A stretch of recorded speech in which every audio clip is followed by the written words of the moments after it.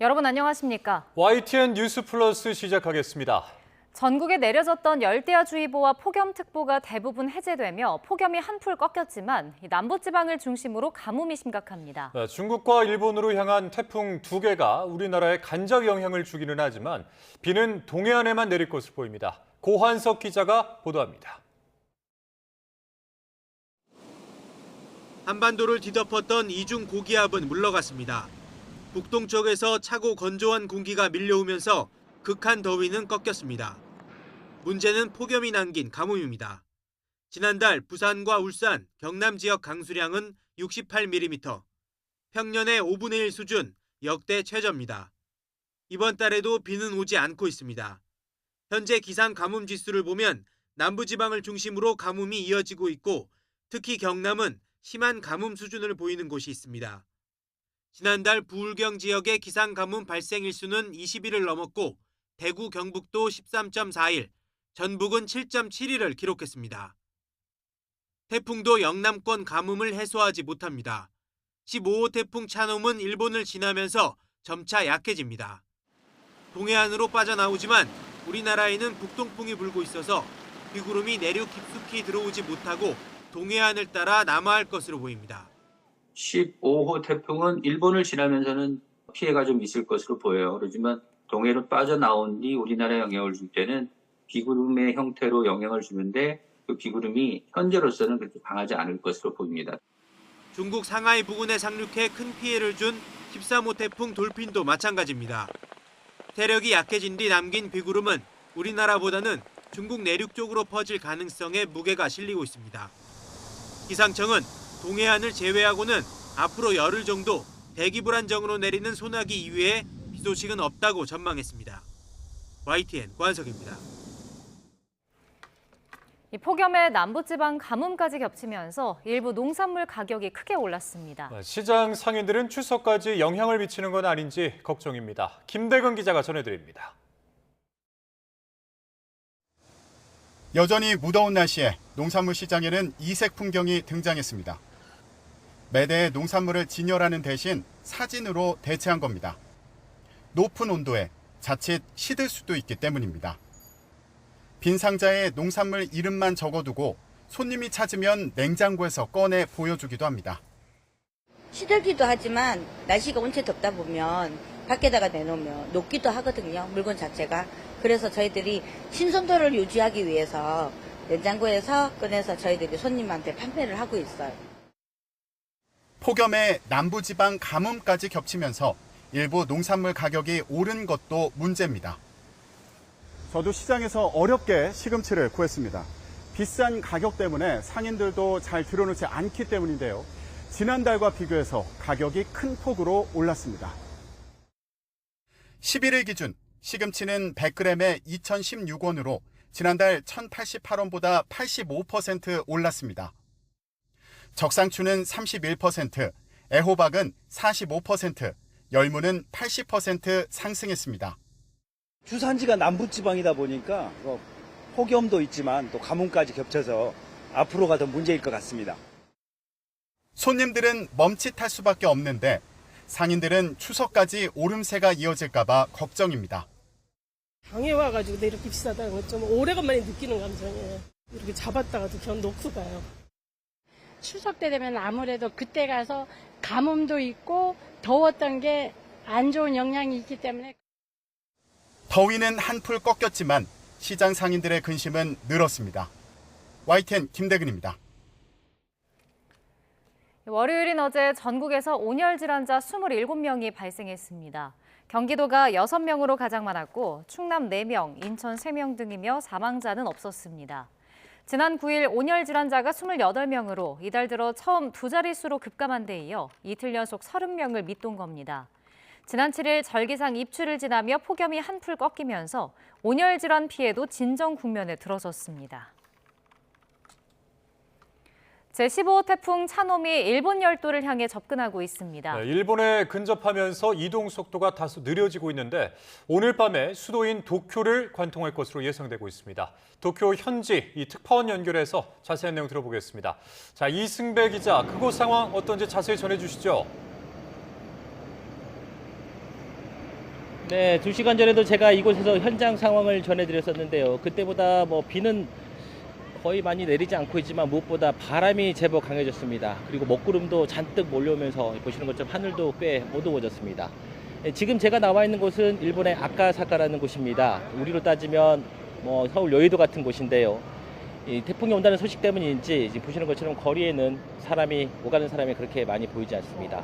이 태풍의 전체적인 경로를 보면 일본 열도의 동쪽에서 시작해서 서쪽으로 통과한 뒤에 우리 동해로 빠져나갑니다. 이 태풍은 현재 수백 킬로미터 넘게 떨어진 바다 쪽에 있고 일본을 향해 다가오고 있습니다. 태풍이 일본에 가까워지면서 이동 속도는 느려지고 있습니다. 오늘 오전 예보 때만 해도 40km 정도, 시속 40km 정도였었는데 새로 나온 오후 발표를 보면 20km로 느려졌습니다.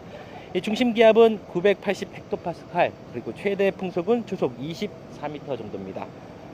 태풍 강도는 가장 낮은 1단계로 규모는 그렇게 크지가 않습니다. 태풍은 오후 3시쯤까지 도쿄 동북동쪽 약 220km 해상까지 접근을 했습니다.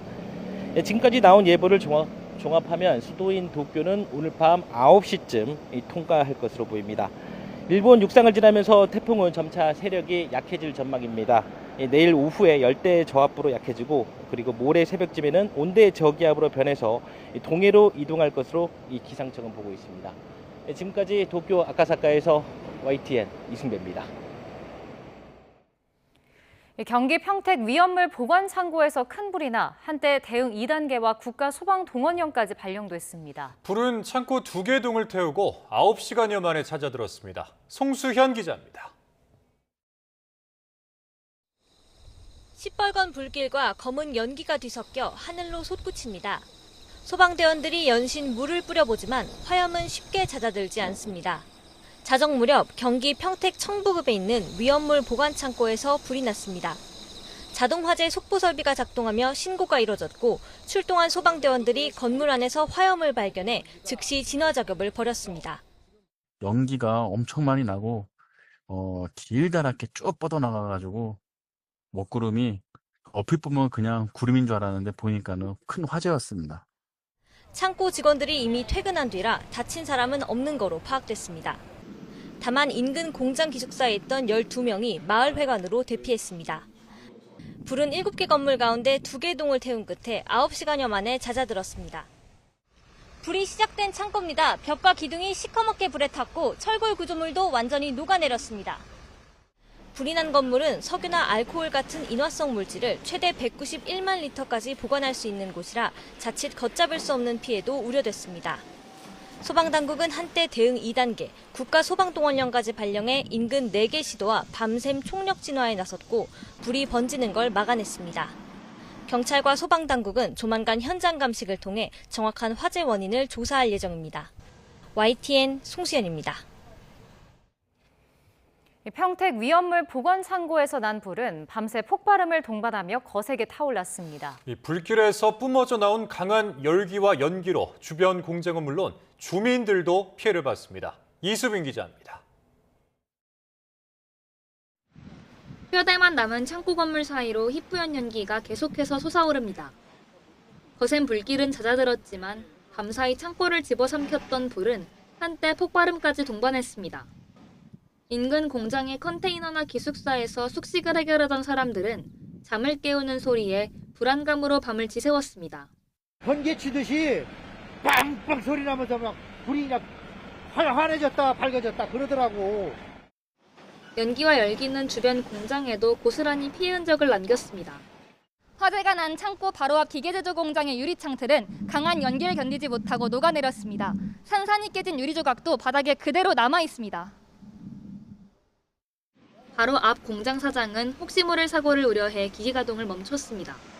정밀 가공도 하고 선반 또 일을 해야 되는데 마음이 지금 안정돼야 그것도 차분하게 일을 하지. 지금 이 상황에서 일을 하다가 다치면 이게 큰일 나지. 기계 돌리는데. 인근 폐차장엔 직원 절반이 출근하지 못한 데다 교통까지 통제되면서 부품을 사러 오던 거래처 발길도 멈췄습니다.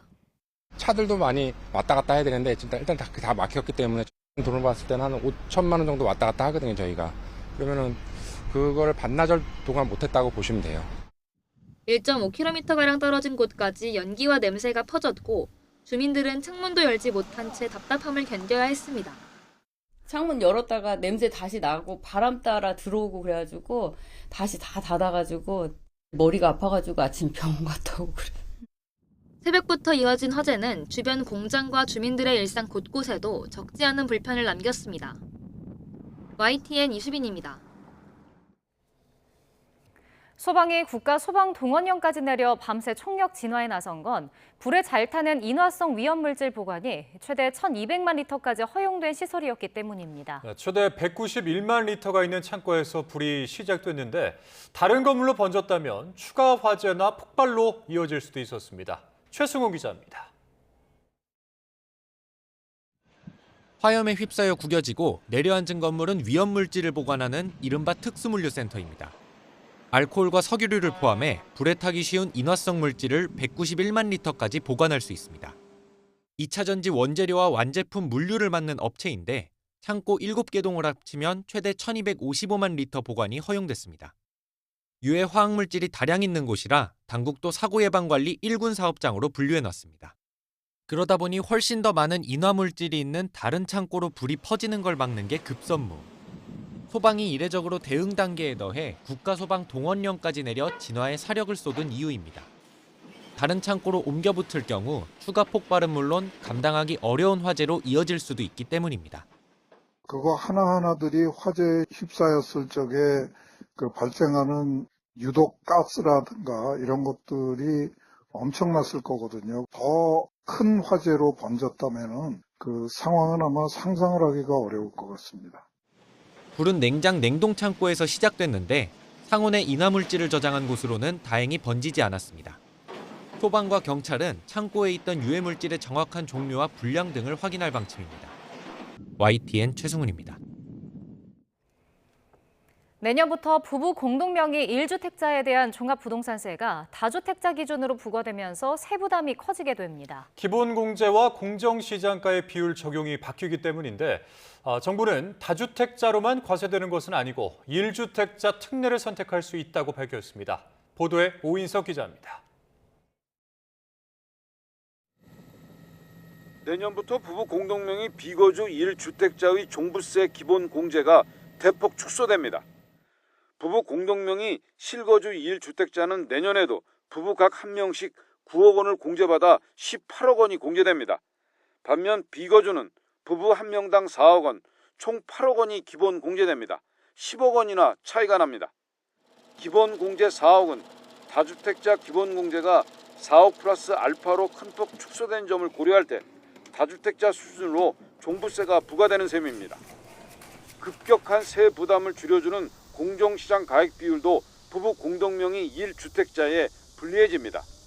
부부 공동명의 1주택자는 내후년부터 실거주와 비거주 구분 없이 서울 등 조정 대상 지역에 공정시장 가액 비율 80%가 적용됩니다. 공정시장 가액 비율 80%는 3주택 이상 보유자 등에 적용되는데 1세대 1주택자는 70%입니다.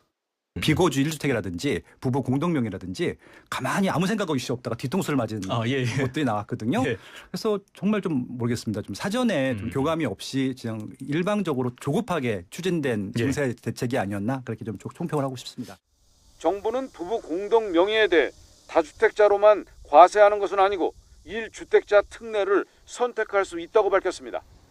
1주택자 특례를 신청하면 거주 시 14억 원, 비거주 시 9억 원의 기본 공제가 적용되고 연령별, 거주기간별 세액 공제를 최대 80%까지 받을 수 있습니다. 내년부터 실거주 여부에 따라 공제액이 달라지고 고령, 장기거주 세액 공제에 상한도 생기며 크게 복잡해진 만큼 공동명의와 1주택자 특례를 꼼꼼히 비교하는 것이 필요하다고 전문가들은 조언합니다. YTN 오인석입니다. 이재명 대통령이 세제 개편안을 둘러싼 비판을 언급하며 구윤철 경제부총리 겸 재정경제부 장관에게 이 세금 만지는 사람은 바꾸면 반드시 욕을 먹게 돼 있다고 말했습니다. 이 대통령은 오늘 국무회의에서 구 장관이 세제 개편안을 수정 보완할 수 있다는 입장을 밝힌 것과 관련해 누더기로 만들고 일관성이 없다는 비판이 있다며 이같이 짚었습니다. 그러면서 어떤 안을 발표할 때는 입법 예고를 통해 의견을 듣게 된다며 반론이 있으면 받아들이는 게 당연한 것이지 결정했으니까 그대로 가는 것이 일관성 있는 것이냐고 지적했습니다. 이재명 대통령이 최근 부처 간 엇박자가 잇따르고 조율이 잘 되지 않는다는 일각의 지적을 민주적 과정이라며 직접 반박했습니다. 정부가 발표한 부동산 세제 개편안을 두고도 다양한 의견을 받아들이는 건 옳은 것이라면서 애초에 누더기로 만든 건 아니냐는 주장도 일축했습니다. 정인용 기자입니다. 이재명 대통령이 국무회의에서 부처 보고가 끝난 이후 발언을 자청하며 정부 부처 간 엇박자를 지적하는 시각이 있다고 언급했습니다. 제가 코멘트 하나 할게요. 최근에 우리 국정 운영 관련해서 이런 지적들이 꽤 나옵니다. 그러면서 메가특구내 연구개발 인력의 주 52시간제 예외 적용 도입을 두고 산업통상부와 고용노동부 간 이견을 우선 예시로 들었습니다. 하지만 이는 국정이 투명하고 민주적으로 운영되고 있다는 의미라며 과거에 확정된 결론만 발표했던 건 밀실행정이라고 지적했습니다. 조정해 가면서 결국은 일정한 결론에 이르는 이 과정이 원래는 가장 민주적이죠. 강요들이 논쟁을 해야 아주 나쁘게 심하게 얘기하면 다퉈야 국민들이 다투지 않습니다. 검경 합동수사본부 운영을 둘러싼 법무부와 행정안전부 이견부터 외교부와 통일부의 대북정책 시각차까지 정책 혼선을 우려하는 목소리를 직접 반박한 걸로 풀이됩니다. 이 대통령은 지난 3일 발표한 부동산 세제 개편안을 보완하는 과정을 두고 일관성이 없다고 비판하는 것도 비슷한 문제라고 거론했습니다. 반론이 있으면 받아들이는 게 바람직하다며 정책과 진리는 다르다고 강조했습니다. 한보를 결정했으니까 그냥 그대로 고다. 이게 일관성이 있는 건가요? 다른 의견이 있기 때문에 정책인 거예요. 이견이 없는 명백한 그런 건 진리라고 하죠. 이런 가운데 취임 이후 네 번째로 정부 세종청사에서 열린 이번 국무회의에서 이 대통령은 임기 내 세종집무실 시대를 열겠다고 재차 밝혔습니다. 부동산과 교육 등 모든 문제의 원인이 되는 수도권 1극 체제를 고쳐야 한다며 마지막 국무회의를 세종집무실에서 연단 자세로 총력을 다해야 한다고 당부했습니다. YTN 정인용입니다. 오세훈 서울시장이 정비사업 효과를 부정적으로 언급한 이재명 대통령에 대해 잘못 알고 있는 것이라며 정면 반박에 나섰습니다. 용산만 놓고 봐도 1000세대 넘게 순증 효과가 있다면서 정비사업을 적대시해서는 안 된다고 일침을 가했습니다. 이형원 기자입니다. 오세훈 서울시장이 용산 정비사업 일대를 찾아 공급 효과를 거듭 강조했습니다. 재개발, 재건축으로 사라지는 멸실 가구를 빼도 1695세대가 늘어난다는 겁니다. 특히 최근 3년 서울에서 준공된 정비사업 59곳도 주택 수가 2만 호나 늘었다며 목소리를 높였습니다. 그러면서 오는 2031년까지 31만 호가 들어설 다른 정비사업지 253곳도 8만 7천 호가 늘 것으로 내다봤습니다. 이렇게 현장에서 정비사업 순증 효과를 나열한 건 대통령의 이 발언 때문입니다. 재건축의 경우는 가구 수가 늘어나는 경우도 있긴 하지만 그 역시도 크게 많이 늘어나는 것 같지는 않고, 근데 재개발의 경우는 사실은 총 입주 가구 수는 줄어드는 게 통상인 것 같긴 해요. 오 시장은 시에서 확인한 데이터를 보면 대통령이 잘못 알고 있는 게 분명하다며 작심 비판을 쏟아냈습니다. 와보면 아주 극명하게 잘못된 말씀이라는 걸 알게 됩니다. 숫자까지 구체적으로 말씀드린 것처럼 정비사업은 절대로 적대시할 대상이 아닙니다. 서울은 유휴부지가 부족한 만큼 재건축, 재개발로 순증 물량을 확보해야 주택 공급 선순환이 가능하다며 정비사업 활성화를 위해 금융 등 관련 규제를 풀어야 한다고 정부에 재차 요청했습니다. 앞서 오 시장은 대통령실에 이런 내용이 담긴 백서를 전달한 바 있습니다. 그런데도 같은 메시지를 언급할 현장을 굳이 찾은 건 정부의 공급 대책 발표를 앞두고 서울시 요구를 최대한 반영하기 위한 행보로 풀이됩니다. YTN 이영훈입니다. 오늘 국회 국토교통위원회에서 국토교통부의 업무보고와 함께 현장 질의가 진행되고 있습니다. 집값 상승과 공급 절벽 책임에 대한 이 여야의 내탓 공방이 이어지고 있는데 취재기자 연결해서 자세한 내용 들어보겠습니다. 자, 박희재 기자. 네, 국회입니다. 네, 지금 국회 국토위 진행 상황은 어떻습니까? 네, 국회 국토교통위원회가 국토부로부터 부동산 공급 정책 등에 대한 업무 보고를 아직까지 받고 있습니다. 현안 질의도 시작되면서 부동산 공급을 고리로 날선 공방이 이어지고 있는데요. 더불어민주당은 오세훈 서울시장에서 주택 착공 물량이 그간의 평균치보다 낮다며 그게 지금의 전월세 난 원인이라고 규정했습니다. 반면 국민의힘은 이재명 대통령이 집권하자마자 대출 정책으로 지금은 세금으로 부동산 시장을 잡으려 한다며 반시장 정책이 바로 공급 대란 원인이라고 날 세웠습니다. 직접 들어보겠습니다. 연립 다세대 이런 데서 시작하는데 여기가 10년 평균에 비해서 32%밖에 공급이 안 되니까 당연히 전월세란이 나가지 않겠어요? 증가한 세 부담을 임대료에 반영하거나 전세를 반전세 또는 월세로 전환할 가능성이 큽니다. 피해자는 가장 약자인 세입자 임차인에게 돌아갈 수밖에 없어요. 이에 앞서 여야는 정부의 지난해 부동산 공급 정책 후속 입법 처리를 위한 본회의 시점을 놓고도 공방을 벌였는데요. 더불어민주당은 13일에 빠른 처리를, 국민의힘은 쟁점 법안 문제가 해결되지 않았다며 20일을 주장하고 있습니다. 네, 더불어민주당은 사실상 전당대회 명운을 가릴 이 호남 지역 당원 투표가 오늘 시작이 됐죠. 네, 그렇습니다. 6일 남은 더불어민주당 전당대회 오전부터 권리당원 3분의 1이 있는 호남 지역 온라인 투표가 한창입니다. 1.48%포인트 차 초박빙인 김민석, 정청래 후보 그 계파 갈등 구도가 여의도까지 적지 않은 파장입니다. 친명계 강득구 최고위원은 기자회견을 열고 정청래 후보의 대표 시절 사례를 거론하면서 직격했는데요. 조국 혁신당 합당 무산 때는 청와대와 소통한 것처럼 김관영 전 전북지사 제명 때는 최고위에서 만장일치로 찬성한 양 거짓말했다고 날 세웠습니다.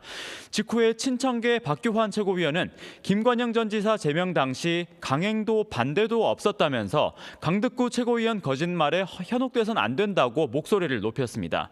여기에 어제와 내일 공개 최고위 회의 대신 원내대책회의로 대체하는 방침으로도 발언권 제한 여부를 놓고 계파 갈등 비화 조짐까지 보입니다. 네, 그런가 하면 국민의힘에선 당원들 간 새 경쟁이 격화하는 분위기라고요. 네, 그렇습니다. 국민의힘 장동혁 대표 퇴진을 외쳐온 비당권파 당원들이 오후에 국회 앞에서 기자회견을 열었습니다.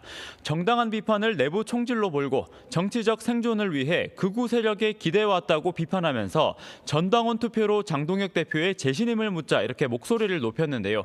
시민과 당원에게서 퇴진을 요구하는 2만 7천여 서명을 받았다는 자료도 현장에서 공개했습니다. 직후에 국민의힘 책임당원협의회는 성명문을 내고 전당원 투표는 절차를 거쳐서 진행해야 할 일이라며 서명을 전체 당심으로 포장하지 말라고 반발했습니다. 책임당원은 특정 계파의 정치적 소모품이 아니라면서 계파 정치와 당대표 흔들기를 멈추라고도 지적했습니다. 앞서 나흘 전에는 장동혁 대표 지지당원들이 기강 확립을 위한 징계 요청서를 당원 서명 2만 3천여 개와 함께 윤리위에 제출했는데요. 당원 중심 정당을 표방하는 장 대표를 둘러싸고 당원 간 세경쟁 조짐이 이어지고 있습니다. 지금까지 국회에서 YTN 박 기자입니다. 규모 7.4의 강한 지진이 남미 콜롬비아의 서부를 강타했습니다. 지금까지 100여 명이 숨지고 수백 명이 다쳤습니다. 박영진 기자입니다. 눈앞에서 순식간에 건물이 와르르 무너져 내리고 공포에 질린 사람들은 비명을 지르며 대피합니다. 병원 건물의 파편이 구급차 위로 쏟아지고 콜롬비아에서 가장 높은 대성당 첨탑도 강진에 무너졌습니다. 현지 시간 10일 아침 규모 7.4의 강진이 콜롬비아를 강타했습니다. 최근 10년 동안 콜롬비아에서 발생한 지진 중 가장 큰 규모입니다. Y pasamos, yo creo que si dura 5 segundos más, ya no queda nada. Creo que llegamos al límite ya de resistencia. 진앙은 수도 보고타에서 서쪽으로 약 400km 떨어진 초코주의 산호세 델 팔마르로 진앙에서 가까운 서부 지역의 피해가 컸습니다. 커피 생산지가 밀집한 고산지대인 리사랄다주에서만 수십 명이 목숨을 잃었습니다. 이번 강진으로 지금까지 100여 명이 숨졌고 수백 명이 다친 것으로 집계됐습니다. 건물 수십 채가 완전히 무너졌고 페레이아 등 공항 여러 곳도 파손됐습니다. 구조 작업이 진행 중인데 잔해에 갇힌 사람들이 많아 희생자는 더 늘어날 것으로 보입니다.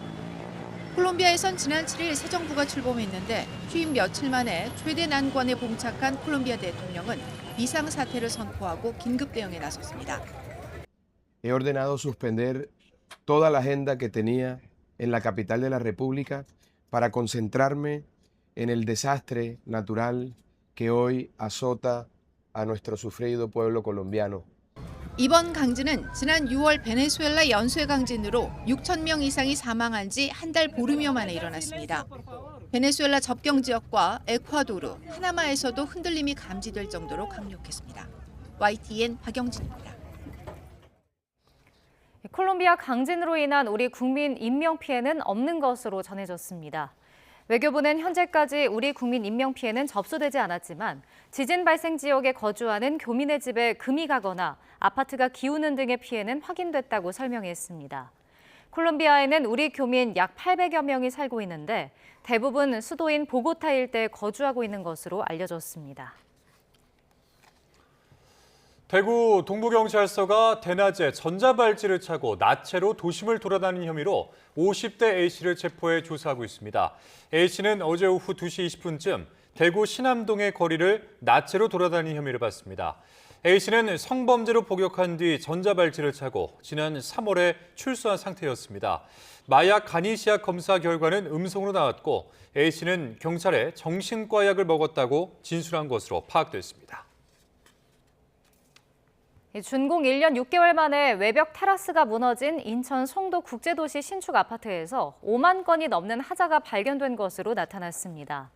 더불어민주당 정일영 의원은 1,114구 가구 규모인 이 아파트와 관련해 하자 민원 건수가 지난해 3월 입주 시작 이후 현재까지 5만 7,296건으로 집계됐다고 밝혔습니다. 구체적으로는 도배 8,873건, 미장 6,364건, 타일 4,778건 등으로 아파트 단지와 세대 곳곳에서 다양한 하자가 발견됐다고 덧붙였습니다. 배우 하영이 4대째 의사 집안이라는 가족사를 공개했다가 증조부의 친일 의혹에 휩싸였습니다. 소속사는 처음에는 사실무근이라고 반박했지만 관련 기록이 확인되자 성급한 해명이었다며 고개를 숙였습니다. 김승환 기자입니다. 넷플릭스 중증 외상센터로 이름을 알린 배우 하영. 최근 신작 홍보를 위한 인터뷰에서 4대째 이어진 의사 집안의 내력을 잇따라 소개했습니다. 아버지랑 할아버지랑 그 증조 할아버지부터 의사를 하셨다고 들었어, 나는. 내가 듣기로는 양의학으로 한양에 이제 개업을 아마 처음 하신 의사라고. 일본에서 서양의학을 공부해 서울에서 개원했다는 구체적인 단서에 온라인에서는 증조부가 의사 안상호라는 추정이 나왔고 친일 행적 의혹이 불거졌습니다. 소속사는 증조부가 안상호인 것은 맞지만 친일 의혹은 사실무근이라고 반박했습니다. 하지만 100여 년 전 기록들이 잇따라 소환되면서 파장은 더 커졌습니다. 1918년 12월 10일자 조선총독부 기관지 매일신보입니다. 서양 의술을 수입해 성공한 안상호가 일선동체의 가정을 만드는데도 제일 먼저 성공했다는 내용이 적혀 있습니다. 일본과 조선을 하나로 묶으려 했던 일제의 선전 논리가 담긴 표현입니다. 안상호가 평의원으로 활동했던 대정친목회 역시 조선 총독부 정책에 협력했던 친일 성격의 단체로 평가됩니다. 다만 안상호는 정부가 공식 발표한 친일 반민족 행위자 명단이나 민족문제연구소가 편찬한 친일 인명사전에는 등재되지 않았습니다. 하영의 SNS에는 누리꾼들의 비판적인 댓글이 이어지며 논란이 커지자 결국 소속사는 입장을 번복하고 고개를 숙였습니다. 추가 확인 결과 안상호가 1916년 대정친목회 평의원 명단에 이름을 올린 기록이 실제로 존재한다고 인정했습니다. 이어 충분한 검증 없이 사실무근이라고 성급하게 답변해 혼란을 드렸다며 사과했습니다. 조상의 행적을 후손에게 책임지을 순 없지만 자랑스럽게 꺼낸 가족사로 100여 년 전 기록까지 검증받게 된 상황. 광복절을 앞두고 불거진 논란에 성급한 해명까지 더해지면서 씁쓸한 뒷맛을 남겼습니다. YTN 김승환입니다. 네, 조금 전 들어온 속보부터 전해드리겠습니다. 앞서 오늘 오후 서울 가양동 15층짜리 아파트에서 화재가 발생했는데요. 이와 관련해서 2명이 심정지 상태로 발견됐다는 소식이 전해졌습니다. 이 2명은 30대 남성과 60대 여성 등 2명으로 알려졌는데 아파트 화단에서 심정지 상태로 발견이 됐습니다. 이들은 15층에서 거주하고 있는 것으로 추정이 되고 있는데요. 앞서 서울 가양동 15층짜리 아파트에서 화재가 발생해 20여 분 만에 큰 불길을 잡았습니다. 다시 한번 전해드리겠습니다. 자, 서울 강서구 가양동의 15층짜리 아파트에서 불이 나 2명이 숨졌다는 속보입니다. 소방당국은 15층에서 발생한 불을 20여 분 만에 진화했으나 이 아파트 화단에서 30대 남성과 또 60대 여성 2명이 심정지 상태로 발견됐다는 속보가 전해졌습니다. 관련된 소식은 이어지는 뉴스에서 다시 전해드리도록 하겠습니다. 네, 속보 한 가지 더 전해드리겠습니다. 이 장윤기 사건을 분리수사하라고 지시한 혐의를 받는 박성주 전 국수본부장이 입건됐다는 소식입니다. 검찰은 박성주 전 국수본부장을 피의자 신분으로 전환했다고 밝혔는데요. 박 전 본부장은 직권남용 혐의를 받고 있습니다. 검찰이 박 전 국수본부장을 피의자 신분으로 전환해서 입건했다는 소식 들어왔고요. 이 내용도 저희가 정리해서 더 자세히 전해드리겠습니다. 다음 소식입니다. 국방부가 호남 반도체 클러스터 부지로 지정된 광주 군공항을 2년 안에 비우기 위해 현 비행단을 쪼개서 다른 군 공항들에 임시 분산하는 방안을 검토하는 것으로 알려졌습니다. 광주 기지 내 주한미군 공여지 반환에도 속도를 내겠다는 방침인데 워낙 일정이 빠듯해서 걱정의 목소리도 적지 않은 상황입니다. 강민경 기자입니다. 메가 프로젝트와 관련해 2028년 중순까지는 부지를 비우라는 대통령의 직접 지시가 내려온 만큼 국방부는 광주 군공항 이전에 적극 협력하겠다는 입장입니다. 광주 기지 기능을 임시 배치할 다른 군 공항을 찾고 22만여 평에 달하는 미군 전용 구역도 돌려받아 반도체 클러스터 부지를 조성하겠다고 설명했습니다. 국방부는 미군 공여지를 조속히 반환받기 위해서 유관기관과 긴밀히 협력해서 미측과 협의해 나가겠습니다. 군 안팎에선 현 제1전투비행단을 대대 3개로 나눠 예천과 서산, 충주의 비행장으로 각각 이전하는 방안이 거론됩니다. 2년 안에 광주 기지를 비우기 위한 가장 현실적인 대안으로 꼽히지만 우려도 적지 않습니다. 서남권 영공 방위는 물론 고난도 비행기술 훈련을 수행하며 엘리트 전투조종사 양성을 전담하던 제1전투비행단 기능이 분산될 경우 훈련 차질이 불가피하다는 지적입니다.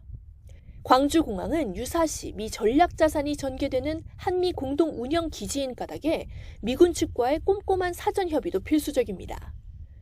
분산 이전이 확정된다 해도 원래 구상인 무한 이전 문제는 여전히 숙제로 남습니다.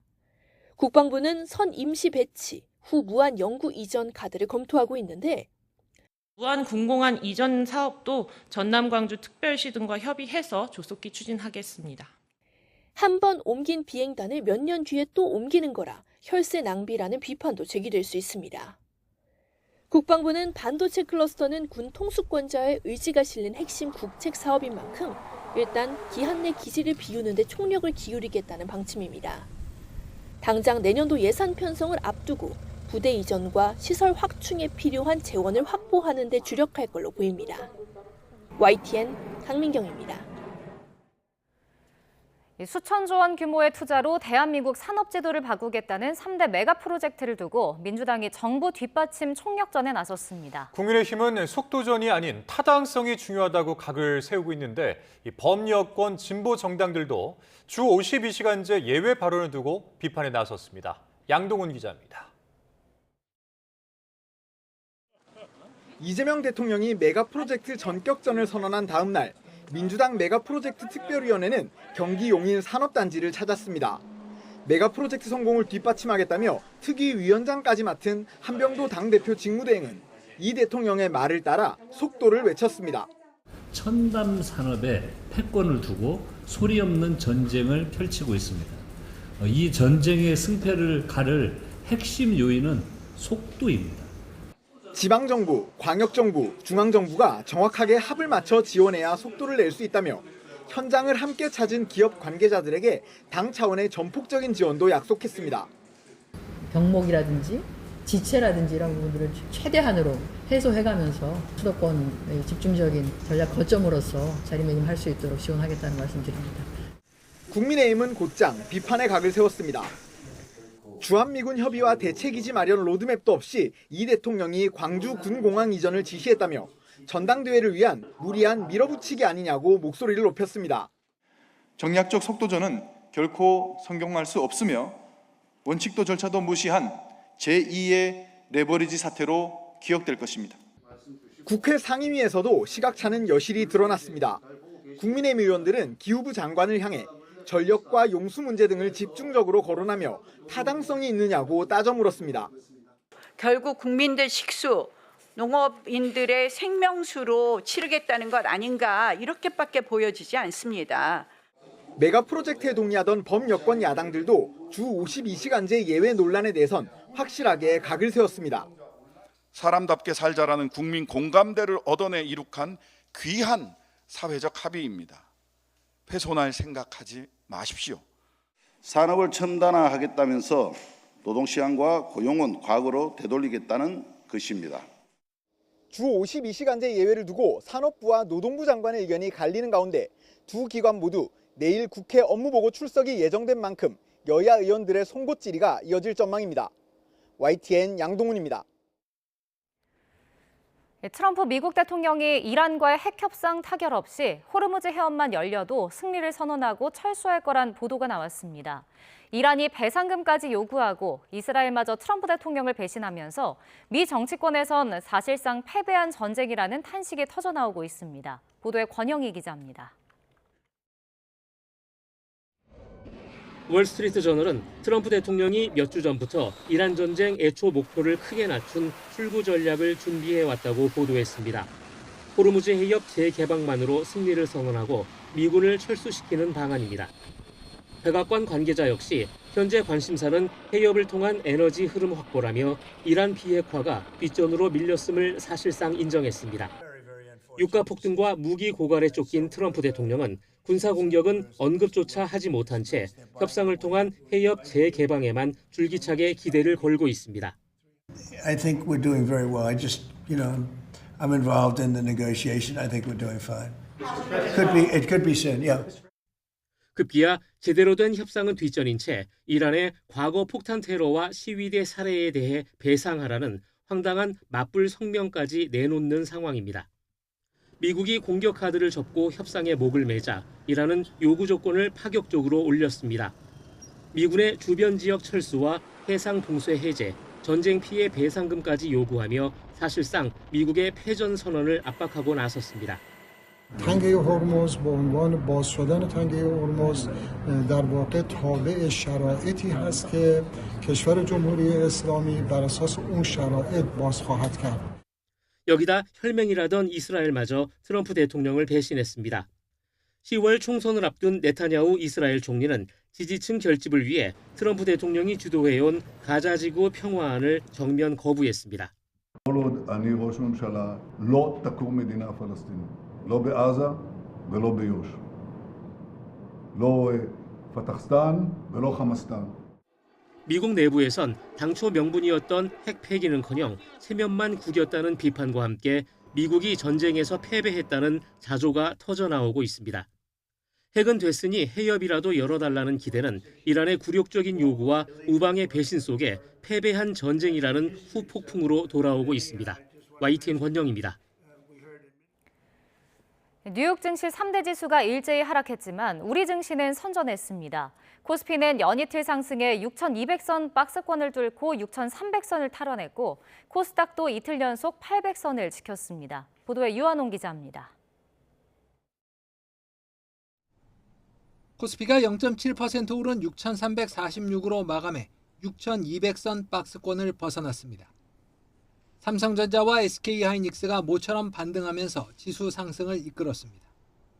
삼성전자는 4.4% 급등했고 SK하이닉스도 0.4% 상승 마감했습니다.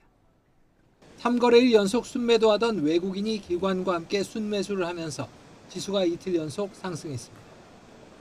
시가총액 상위 종목 중에선 셀트리온과 삼성 SDS가 급등했습니다. 코스닥은 0.4% 내린 858로 마감해 이틀 연속 800선을 지켰습니다. 외국인과 기관은 동반 순매도를 했지만 개인이 홀로 순매수로 지수를 끌어올렸습니다. 뉴욕 증시에서 3대 지수가 모두 하락했지만 이에 아랑곳 없이 코스피와 코스닥은 상승했습니다. 외국인 순매수가 우리나라 시장에서 들어오면서 특히 삼성전자를 중심으로 반도체 쪽에 대한 수급이 호전된 점이 삼성전자 중심의 주가 강세의 원인이 됐다라고 볼 수 있을 것 같습니다. 시장에선 12일 발표될 미국 소비자 물가 지수를 주목하며 인플레이션 상승 우려가 완화되길 기대하고 있습니다. 원달러 환율은 1,410원대에서 횡보하다 1,416원으로 주간 거래를 마쳤습니다. 최근 원달러 환율은 하락세인데 시장은 조만간 지난해 10월 이후 처음 1,300원대에 진입할 수 있을 것으로 관측하고 있습니다. YTN 유환홍입니다. 반도체 호황으로 올해 2분기 수출액이 통계 작성 이래 최대치를 기록했습니다. 삼성전자와 SK하이닉스의 수출 호조에 따라 상위 10대 기업 무역 집중도 역시 역대 최고 수준을 나타냈습니다. 국가데이터처와 관세청은 올해 2분기 수출액이 2,755억 달러로 1년 전보다 57.3% 증가하면서 2015년 분기별로 통계 작성을 시작한 이래 최대치를 기록했다고 밝혔습니다. 2차 종합특검팀이 윤석열 전 대통령의 내란 행위 종료 시점을 국회에서 윤 전 대통령 탄핵소추안이 가결된 2024년 12월 14일로 판단했습니다. 종합특검은 오늘 내란 선전 혐의를 받는 이은우 전 KTB 원장을 기소하며 탄핵소추안 가결로 윤 전 대통령 직무가 정지된 시점까지 내란 행위가 계속된 것으로 본다고 밝혔습니다. 아울러 특검은 우방국에 계엄 정당화 메시지를 전달한 혐의를 받는 윤 전 대통령과 신원식 전 국가안보실장을 이번 주 중에 기소할 방침인 것으로 알려졌습니다. 2차 종합특검이 12.3 비상계엄 당시 언론사 단전 단수 의혹과 관련해 허석곤 전 소방청장을 재판에 넘겼습니다. 특검팀은 오늘 허 전 소방청장과 이영팔 전 소방청 차장을 내란 중요 임무 종사 혐의로 불구속 기소했다고 밝혔습니다. 허 전 청장은 이상민 당시 행정안전부 장관으로부터 언론사 5곳에 경찰이 진입하니 협력해서 단수하라는 지시를 받고 이 전 차장에게 포고령과 관련해 경찰 협조 요청이 오면 잘 협력하란 취지로 지시한 혐의를 받습니다. 전국 검찰청을 돌며 열린 중대범죄수사청 임용설명회가 마무리 단계에 접어들었습니다. 각종 유인책에도 설명회 참석률은 정원을 크게 밑돌았는데 검사와 수사관 사이 온도차도 감지됐습니다. 보도에 배민혁 기자입니다. 지방청 가운데 전국 최대 규모인 서울중앙지검 그리고 대검찰청 검사와 수사관을 상대로 중수청 임용설명회가 열렸습니다. 검사 대상 설명회에는 30명 남짓한 검사가 참석한 반면 같은 시간 열린 수사관 대상 설명회에는 500여 명이 모여 대조를 이뤘습니다. 이 설명 좀 들으셨을 때 중수청 가야겠다 이런 확신이 들 만큼 좀 설득이 되셨는지. 아직도 모르겠어요. 50대 50. 이로써 지난 5일부터 전국 검찰청을 순회하며 열린 임용설명회는 마무리 수순에 접어들었는데 구인난을 해결할 수 있을지는 미지수입니다. 실제 지난 10일까지 설명회에 참석한 검사는 정원의 10% 안팎인 210명에 그쳤습니다. 중수청으로 이동할 경우 검찰 내부에서 반역자로 낙인 찍힐 수 있다는 우려가 지원을 주저하게 하는 요인 중 하나라는 평가가 나옵니다. 그러면서 참석 사실이 알려지는 것을 꺼리는 분위기도 일각에서 감지됩니다. 검사와 수사관의 역할 구분이 명확하지 않고 검사들의 관계기관 파견이 유지되는지 제도에 대한 설명이 부족하다는 점도 이동을 망설이게 하는 요소입니다. 설명회에선 승진이나 수당, 관사 지원 여부 등 근무 환경과 밀접한 질문도 이어졌지만 답변이 구체적이지 않아 유인책이 되기 어렵다는 지적이 나왔습니다. 물론 검찰개혁에 앞장선 이문정 서울 동부지검장, 쿠팡 사건 처리 과정 외압 의혹을 폭로한 문지석 검사처럼 중수청 지원 의사를 공개적으로 밝힌 사례도 있습니다. 오는 20일까지인 임용희망 신청서 접수 마감을 앞두고 중수청과 공수청을 둔 검찰 직원들의 고심은 마지막까지 이어질 전망입니다. YTN 배민혁입니다. 새벽에 도로를 달리던 SUV가 중앙선을 넘어 화물차와 정면으로 충돌했습니다. SUV에 타고 있던 20대 남녀 3명이 모두 숨졌습니다. 정영수 기자입니다. 빠른 속도로 달리는 SUV 한 대가 맞은편에서 달리던 덤프트럭과 정면으로 부딪힙니다. SUV 차체는 형체를 알아볼 수 없게 찌그러졌고 트럭 앞부분도 크게 훼손됐습니다. 경기 안성시에 있는 도로에서 사고가 난 건 어둠이 가시지 않은 오늘 새벽 4시 50분쯤.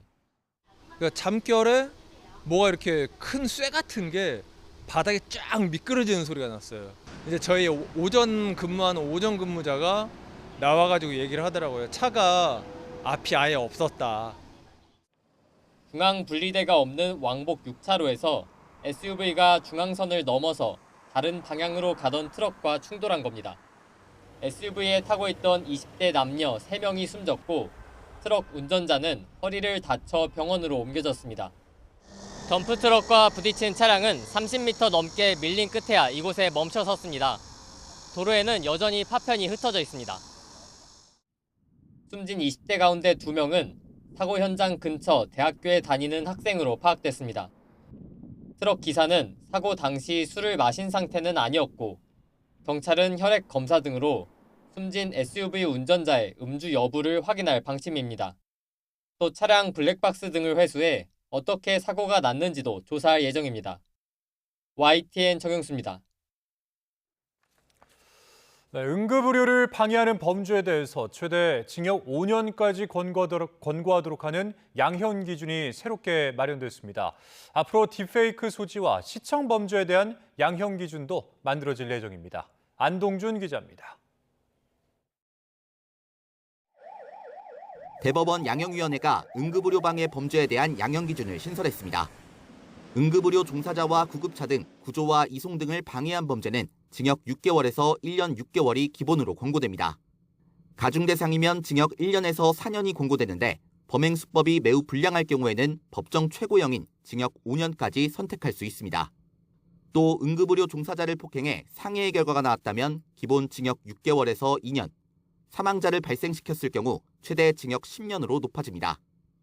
양형위는 응급의료 방해가 긴급성이나 위급성의 측면이 있고 보호 가치가 높은 업무인 점을 고려해 범죄 유형이 유사한 공용물 무효 등 범죄의 양형 기준을 참조했다고 설명했습니다. 다만 응급의료 종사자 등의 신속하고 원활한 피해 회복을 돕기 위해 처벌 불원과 실질적 피해 회복을 특별 감경인자로 뒀습니다. 딥페이크 시청 범죄 등의 양형 기준을 만들기 위한 준비 작업도 시작됐습니다. 먼저 최근 신설된 아동 청소년에 대한 성착취 목적 대화와 허위 영상물 소지 시청죄 등을 디지털 성범죄 양형 기준 설정 범위에 새로 포함했습니다.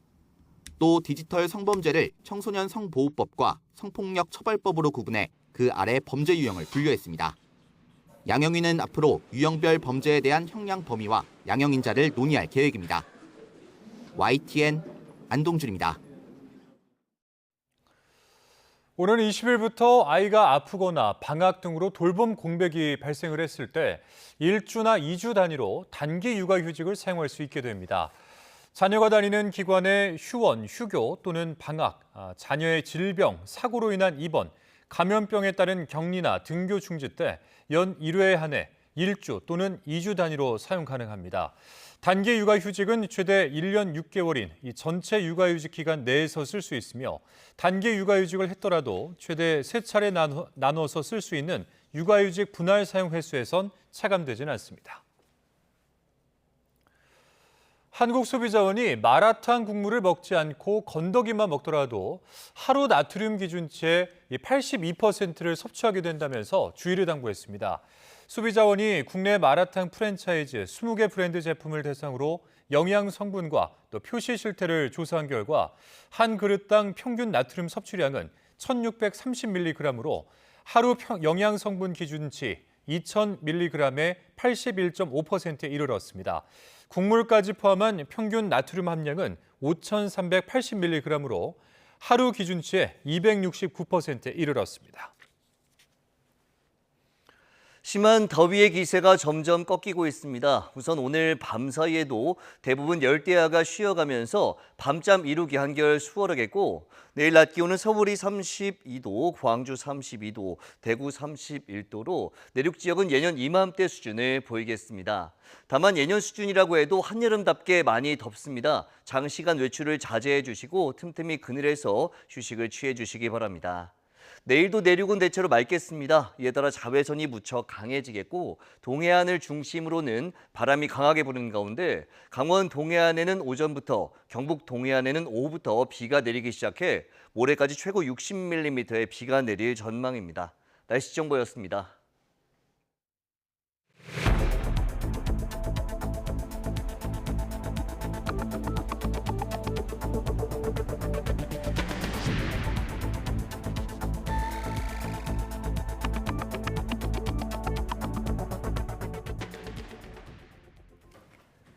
네, 서울 가양동에 있는 아파트에서 불이 났습니다. 네, 불은 아직 진화 중인 상황인데 2명이 숨진 상태로 발견됐습니다. 자, 관련해서 취재기자 연결해 보겠습니다.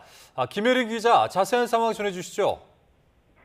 네, 아파트 15층 맨 꼭대기에서 불꽃과 함께 새까만 연기가 피어오르는 모습 보이실 겁니다. 오늘 오후 5시 40분쯤 서울 강서구 가양동에 있는 15층짜리 아파트 꼭대기층에서 불이 났습니다. 이 불로 화단에서 15층 거주자로 추정되는 30대 남성과 60대 여성이 숨진 채 발견됐습니다. 불은 아직 진화 중인 상황인데 20여 분 만에 큰 불길은 잡혔습니다. 소방당국은 불을 모두 끄는 대로 정확한 화재 원인과 피해 규모를 조사할 방침입니다. 다시 한번 전해드립니다. 오늘 오후 5시 40분쯤 서울 강서구 가양동에 있는 15층짜리 아파트 꼭대기층에서 불이 났습니다. 이 불로 화단에서 15층 거주자로 추정되는 30대 남성과 60대 여성이 숨을 거둔 채 발견됐습니다. 불은 아직 진화 중인 상황인데 20여 분 만에 큰 불길은 잡혔습니다. 소방당국은 불을 모두 끄는 대로 정확한 화재 원인과 피해 규모를 조사할 방침입니다. 관련 내용 취재되는 대로 추가로 전해드리겠습니다. 지금까지 사회부에서 전해드렸습니다. 경기 평택 위험물 보관 창고에서 큰 불이 나 한때 대응 2단계와 국가소방동원령까지 발령됐습니다. 불은 창고 2개 동을 태우고 9시간여 만에 찾아들었습니다. 송수현 기자입니다. 시뻘건 불길과 검은 연기가 뒤섞여 하늘로 솟구칩니다. 소방대원들이 연신 물을 뿌려보지만 화염은 쉽게 잦아들지 않습니다. 자정 무렵 경기 평택 청부읍에 있는 위험물 보관 창고에서 불이 났습니다. 자동 화재 속보 설비가 작동하며 신고가 이뤄졌고 출동한 소방대원들이 건물 안에서 화염을 발견해 즉시 진화 작업을 벌였습니다. 연기가 엄청 많이 나고 길다랗게 쭉 뻗어나가가지고 먹구름이 얼핏 보면 그냥 구름인 줄 알았는데 보니까는 큰 화재였습니다. 창고 직원들이 이미 퇴근한 뒤라 다친 사람은 없는 거로 파악됐습니다. 다만 인근 공장 기숙사에 있던 12명이 마을회관으로 대피했습니다. 불은 7개 건물 가운데 2개 동을 태운 끝에 9시간여 만에 잦아들었습니다. 불이 시작된 창고입니다. 벽과 기둥이 시커멓게 불에 탔고 철골 구조물도 완전히 녹아내렸습니다. 불이 난 건물은 석유나 알코올 같은 인화성 물질을 최대 191만 리터까지 보관할 수 있는 곳이라 자칫 걷잡을 수 없는 피해도 우려됐습니다. 소방당국은 한때 대응 2단계, 국가소방동원령까지 발령해 인근 4개 시도와 밤샘 총력 진화에 나섰고 불이 번지는 걸 막아냈습니다. 경찰과 소방당국은 조만간 현장 감식을 통해 정확한 화재 원인을 조사할 예정입니다. YTN 송수연입니다. 경기 평택의 위험물 보관 창고에서 난 불은 밤새 폭발음을 동반하면서 거세게 타올랐습니다. 당시 상황이 담긴 YTN 제보 영상들 보겠습니다. 네, 아직 해도 채 뜨지 않은 시간인데요. 도로 너머로 검은 연기가 쉴 새 없이 피어오르고 있습니다.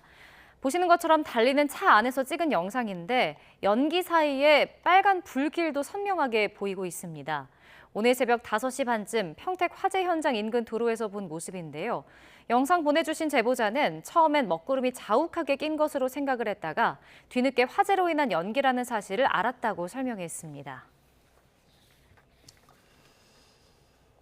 다음 영상 보겠습니다. 하늘이 붉게 물든 새벽, 검은 연기가 바람을 타고 아파트 단지 뒤쪽까지 빠르게 뻗치고 있습니다. 오늘 새벽 5시쯤 경기 평택시 안중읍에 있는 아파트에서 촬영된 이 공장 화재 모습입니다. 제보자는 당시 바람이 제법 많이 불었다면서 연기가 서쪽으로 계속 이동했다고 설명했습니다. 인화성 화학물질을 대량 보관하던 물류 창고에서 불이 나면서 환경당국도 긴급 대응에 나섰습니다. 화재 현장 주변 오염 여부를 확인하고 또 수로에 뚝을 쌓아서 유해 물질이 하천으로 흘러들 가능성을 차단했습니다. 손효정 기자입니다. 모두 타버린 위험물 보관 창고에서 여전히 검은 연기가 뿜어져 나옵니다. 창고 안에는 석유류와 리튬이온, 메틸 에틸케톤 등 100종에 달하는 인화성 물질이 보관돼 있었을 것으로 추정됩니다. 다양한 화학 물질이 불에 타면서 어떤 독성 성분이 배출됐을지 알 수 없는 상황. 화재 직후 환경당국 산하 화학안전관리단이 급파돼 주변 오염도를 측정했습니다. 일반적인 화재 현장 수준을 넘어서는 유해성은 확인되지 않은 것으로 파악됐습니다. 현재까지는 일반 연소돼서 나오는 물질들이 검출된 거로 알고 있고. 화재 현장 근처 수로에는 물길을 막는 흙둑이 세워졌습니다. 소방수에 섞인 화학물질이 도보로 20분가량 떨어진 하천으로 흘러드는 것을 막기 위한 겁니다. 화재가 나면 이제 물이 뿌려지죠. 소화수라 그러는데 그 소화수에 어떠한 성분이 섞여서 흘러나올지 모르기 때문에 그 성분이 확인될 때까지 이제 바깥으로 나가지 못하도록. 소방수를 가둬놓은 덕분에 하천 수질에도 큰 영향은 없는 것으로 확인됐습니다. 다만 화학 물질이 불완전 연소하는 과정에서 독성 물질이 배출될 수 있는 만큼 인근 주민과 주변 환경에 대한 우려는 남아 있습니다. 분자량이 크기 때문에 MEK 같은 경우는 열분의 생성물들이 많이 생길 거고요. 그래서 독성 물질이 많이 나올 거예요. 창고에 보관돼 있던 화학 물질에 대한 경찰과 소방의 정확한 조사와 함께 향후 환경적인 영향에 대한 대응도 필요해 보입니다. YTN 손유정입니다. 부부 공동명의 1주택자에 대한 종합부동산세가 일부 다주택자 기준으로 부과되면서 세부담이 커지게 됩니다. 기본공제와 공정시장가의 비율 적용이 바뀌기 때문인데 정부는 다주택자로만 과세되는 것은 아니고 1주택자 특례를 선택할 수 있다고 밝혔습니다. 보도에 오인석 기자입니다. 내년부터 부부 공동명의 비거주 1주택자의 종부세 기본공제가 대폭 축소됩니다. 부부 공동명의 실거주 1주택자는 내년에도 부부 각 한 명씩 9억 원을 공제받아 18억 원이 공제됩니다. 반면 비거주는 부부 한 명당 4억 원, 총 8억 원이 기본 공제됩니다. 10억 원이나 차이가 납니다. 기본 공제 4억은 다주택자 기본 공제가 4억 플러스 알파로 큰 폭 축소된 점을 고려할 때 다주택자 수준으로 종부세가 부과되는 셈입니다. 급격한 세 부담을 줄여주는 공정시장 가액 비율도 부부 공동명의 1주택자에 불리해집니다. 부부 공동명의 1주택자는 내후년부터 실거주와 비거주 구분 없이 서울 등 조정 대상 지역에 공정시장 가액 비율 80%가 적용됩니다. 공정시장 가액 비율 80%는 3주택 이상 보유자 등에 적용되는데 1세대 1주택자는 70%입니다. 비거주 1주택이라든지 부부 공동명의라든지 가만히 아무 생각 없이 없다가 뒤통수를 맞은 것들이 나왔거든요. 그래서 정말 좀 모르겠습니다. 좀 사전에 좀 교감이 없이 그냥 일방적으로 조급하게 추진된 증세 대책이 아니었나 그렇게 좀 총평을 하고 싶습니다. 정부는 부부 공동명의에 대해 다주택자로만 과세하는 것은 아니고 1주택자 특례를 선택할 수 있다고 밝혔습니다. 1주택자 특례를 신청하면 거주시 14억 원, 비거주시 9억 원의 기본 공제가 적용되고 연령별, 거주기간별 세액 공제를 최대 80%까지 받을 수 있습니다.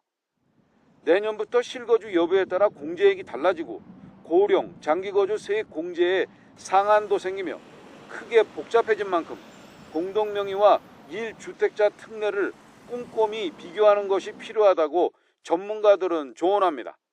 YTN 오인석입니다.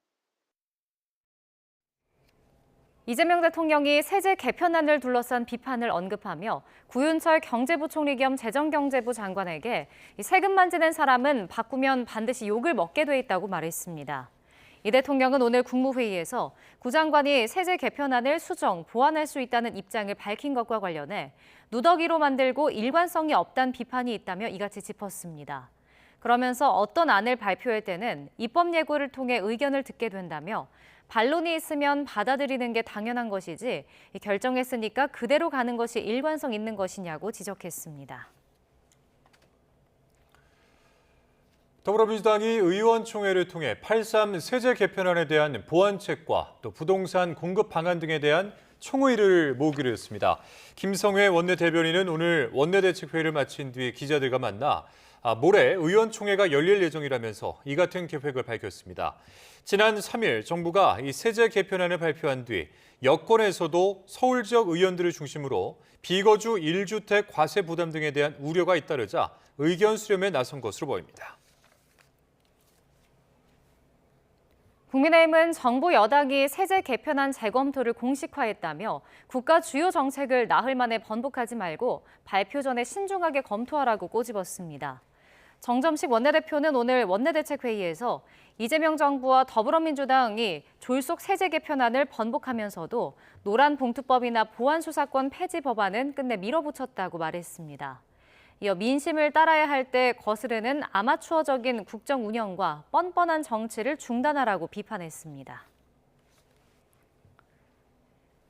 오세훈 서울시장이 정비사업 효과를 부정적으로 언급한 이재명 대통령에 대해 잘못 알고 있는 것이라며 정면 반박에 나섰습니다. 용산만 놓고 봐도 1000세대 넘게 순증 효과가 있다며 정비사업을 적대시해서는 안 된다고 일침을 가했습니다. 이형원 기자입니다. 오세훈 서울시장이 용산 정비사업 일대를 찾아 공급 효과를 거듭 강조했습니다. 재개발, 재건축으로 사라지는 멸실 가구를 빼도 1695세대가 늘어난다는 겁니다. 특히 최근 3년 서울에서 준공된 정비사업 59곳도 주택 수가 2만 호나 늘었다며 목소리를 높였습니다. 그러면서 오는 2031년까지 31만 호가 들어설 다른 정비사업지 253곳도 8만 7천 호가 늘 것으로 내다봤습니다. 이렇게 현장에서 정비사업 순증 효과를 나열한 건 대통령의 이 발언 때문입니다. 재건축의 경우는 가구 수가 늘어나는 경우도 있긴 하지만 그 역시도 크게 많이 늘어나는 것 같지는 않고, 근데 재개발의 경우는 사실은 총 입주 가구 수는 줄어드는 게 통상인 것 같긴 해요.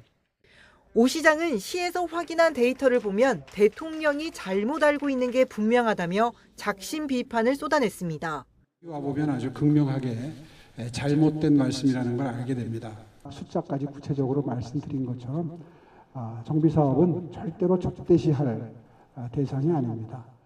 서울은 유휴부지가 부족한 만큼 재건축, 재개발로 순증 물량을 확보해야 주택 공급 선순환이 가능하다며 정비사업 활성화를 위해 금융 등 관련 규제를 풀어야 한다고 정부에 재차 요청했습니다. 앞서 오 시장은 대통령실에 이런 내용이 담긴 백서를 전달한 바 있습니다. 그런데도 같은 메시지를 언급할 현장을 굳이 찾은 건 정부의 공급 대책 발표를 앞두고 서울시 요구를 최대한 반영하기 위한 행보로 풀이됩니다. YTN 이영훈입니다. 전국에 내려졌던 열대야주의보와 폭염특보가 대부분 해제되며 폭염이 한풀 꺾였지만 남부지방을 중심으로는 가뭄이 심각합니다. 중국과 일본으로 향한 태풍 2개가 우리나라에 간접 영향을 주기는 하지만 이 비는 동해안에만 내릴 것으로 보입니다. 고한석 기자입니다. 한반도를 뒤덮었던 이중 고기압은 물러갔습니다. 북동쪽에서 차고 건조한 공기가 밀려오면서 극한 더위는 꺾였습니다.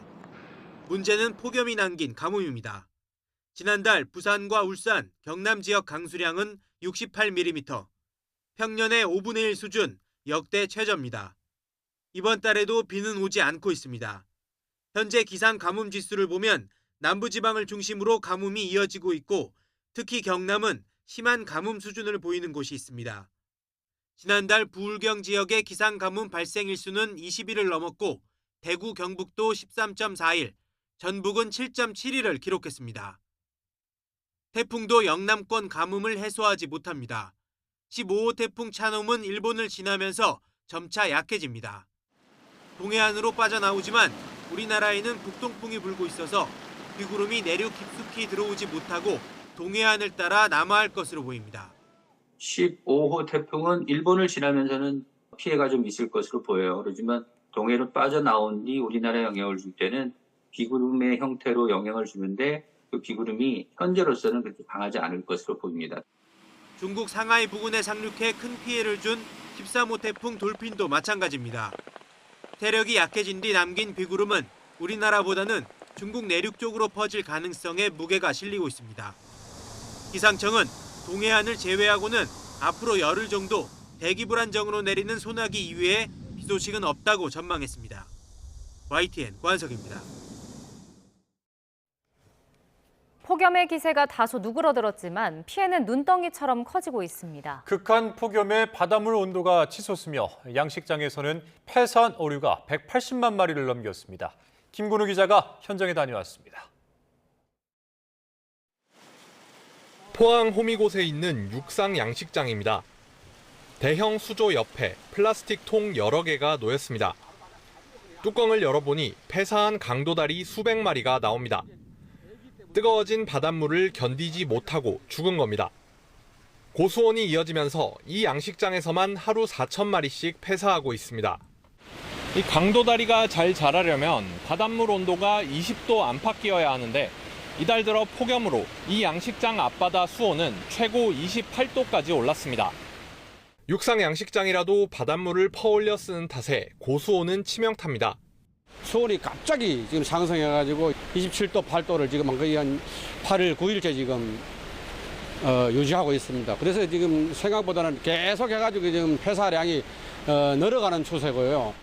강도다리와 넙치 등 포항에서만 100만 마리 넘는 어류가 폐사했습니다. 피해가 눈덩이처럼 불어나자 지자체는 바닷물을 식힐 수 있게 액화산소와 펌프를 지원하는 등 대책 마련에 나섰습니다. 하지만 여러 대책도 한계가 뚜렷해 고수온 현상이 끝나기 전에는 피해가 계속될 것으로 보입니다. 약 100만 6천 마리 정도가 이제 폐사를 했고요. 피해액은 약 한 6억 3,500만 원 정도로 이제 추정하고 있습니다. 저 방제 물품을 최대한 가동해서 고순 피해를 최소화할 수 있도록. 폭염에 끓는 야속한 바다 앞에서 자식처럼 키운 물고기를 잃은 어민들의 속은 새까맣게 타들어가고 있습니다. YTN 김근우입니다. 제15호 태풍 차놈이 일본을 관통할 것으로 예상되는 가운데 오늘 밤 9시쯤 도쿄를 통과할 것으로 보입니다. 태풍 차놈은 오늘 오전 9시 기준 일본 도쿄 동북동쪽 약 370km 부근 해상에서 시속 40km 속도로 일본 쪽으로 향하고 있습니다. 중심 기압은 985헥토파스칼, 최대 풍속은 초속 24m로 오후 3시쯤 도쿄 동북동쪽 약 220km 해상까지 접근하고 밤 9시 무렵에 수도인 도쿄를 지날 것으로 전망되고 있습니다. 폭염 피난처로 불리는 강원도 대관령 옛 영동고속도로 휴게소 일대가 무단 캠핑으로 몸살을 앓고 있습니다. 금지 현수막과 차단 시설까지 설치했지만 일부 캠핑객은 취사와 빨래, 샤워까지 하고 있습니다. 송세혁 기자가 이 현장을 취재했습니다. 해발 830m 대관령 옛 영동고속도로 휴게소 인근입니다. 캠핑 차량 10여 대가 선자령 등산로 입구 양쪽으로 늘어섰습니다. 숲과 맞닿은 곳에서 버너를 켜고 음식을 조리합니다. 짧게는 며칠, 길게는 한 달 넘게 머물기도 합니다.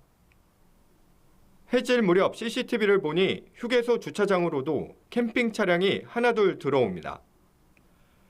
관리 인력이 퇴근한 틈을 타 주차장에 자리를 잡는 겁니다. 말뚝과 밧줄로 막아놓은 구역 앞까지 차지했습니다. 이곳은 차박과 야영이 금지된 구역입니다. 하지만 경고 현수막이 무색하게 주차장 곳곳에 캠핑 차량들이 세워져 있습니다. 화장실에서는 물을 여러 통씩 받아가고 심지어 빨래와 샤워까지 합니다. 물 샤워 이렇게 하시고 물도 받아서 떠가시고 이게 보관되니까 단수화된 정도로 해서.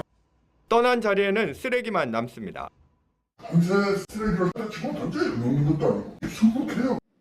관리 당국은 지역 이미지 등을 고려해 과태료를 부과하지 않고 계도 위주로 대응하고 있습니다. 캠핑 차량은 예년보다 줄었지만 공공장소를 캠핑장처럼 쓰는 무단 차박 행태는 올해도 되풀이되고 있습니다. YTN 송세혁입니다. 새벽에 도로를 달리던 SUV가 중앙선을 넘어 화물차와 정면으로 충돌했습니다. 네, SUV에 타고 있던 20대 남녀 3명이 모두 숨졌습니다. 정영수 기자입니다. 빠른 속도로 달리는 SUV 한 대가 맞은편에서 달리던 덤프트럭과 정면으로 부딪힙니다. SUV 차체는 형체를 알아볼 수 없게 찌그러졌고 트럭 앞부분도 크게 훼손됐습니다. 경기 안성시에 있는 도로에서 사고가 난 건 어둠이 가시지 않은 오늘 새벽 4시 50분쯤. 그러니까 잠결에 뭐가 이렇게 큰 쇠 같은 게 바닥에 쫙 미끄러지는 소리가 났어요. 이제 저희 오전 근무하는 오전 근무자가 나와가지고 얘기를 하더라고요. 차가 앞이 아예 없었다. 중앙 분리대가 없는 왕복 6차로에서 SUV가 중앙선을 넘어서 다른 방향으로 가던 트럭과 충돌한 겁니다. SUV에 타고 있던 20대 남녀 3명이 숨졌고 트럭 운전자는 허리를 다쳐 병원으로 옮겨졌습니다. 덤프트럭과 부딪힌 차량은 30m 넘게 밀린 끝에야 이곳에 멈춰 섰습니다. 도로에는 여전히 파편이 흩어져 있습니다. 숨진 20대 가운데 2명은 사고 현장 근처 대학교에 다니는 학생으로 파악됐습니다. 트럭 기사는 사고 당시 술을 마신 상태는 아니었고 경찰은 혈액 검사 등으로 숨진 SUV 운전자의 음주 여부를 확인할 방침입니다. 또 차량 블랙박스 등을 회수해 어떻게 사고가 났는지도 조사할 예정입니다. YTN 정영수입니다. 지난달 발생한 경북 경산시 아파트 관리실 방화로 병원 치료를 받던 주민 1명이 사건 발생 19일 만에 숨졌습니다. 경찰은 오늘 오전 10시 10분쯤 화상을 입고 치료 중이던 50대 주민 1명이 숨지면서 이번 사건 희생자가 모두 4명으로 늘었다고 밝혔습니다. 불을 지른 70대 류모 씨는 전신 화상으로 치료를 받고 있고 경찰은 상태가 나아지는 대로 대면 조사를 진행할 계획입니다. 장윤기 봐주기 수사 의혹을 조사하고 있는 검찰이 박성주 전 국가수사본부장을 피의자로 전환해 입건했습니다. 광주지방검찰청은 직권남용 권리행사 방해 혐의 등으로 박성주 전 국가수사본부장 등 5명을 피의자로 전환했다고 밝혔습니다.